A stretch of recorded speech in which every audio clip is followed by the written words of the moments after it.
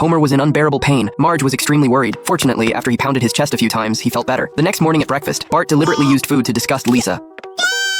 Homer felt as if 1,000 flaming knives were simultaneously stabbing into his heart. Fortunately, the next second, delicious bacon cured him. Due to his consecutive heart discomfort, Marge specially prepared delicious and healthy oatmeal for him. However, although Homer really liked it, there was actually a bug in it. He had no choice but to waste this delicious oatmeal and go back to eating bacon. Yeah, there's a bug on that.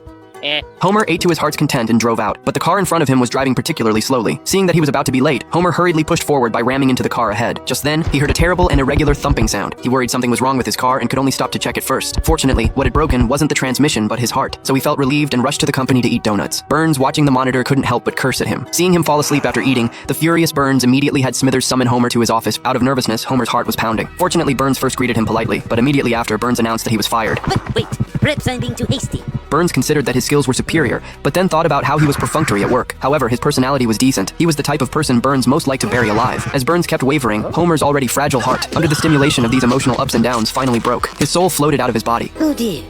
Send a ham to his widow.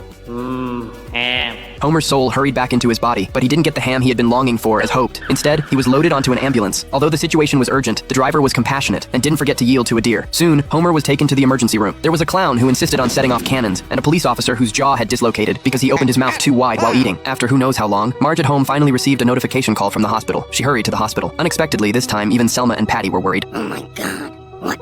5 cents off wax paper.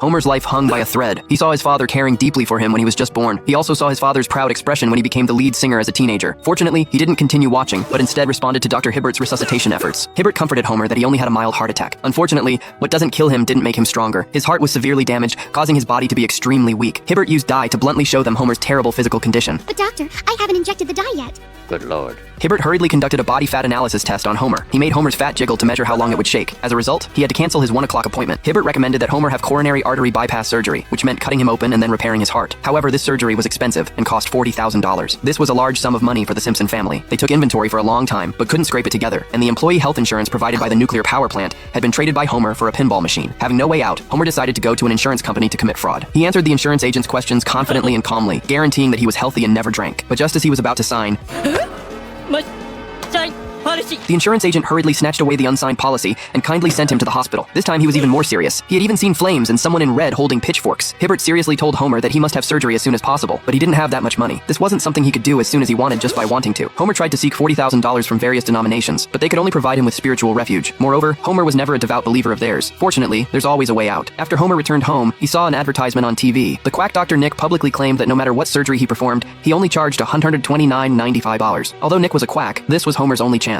He could only try this desperate measure.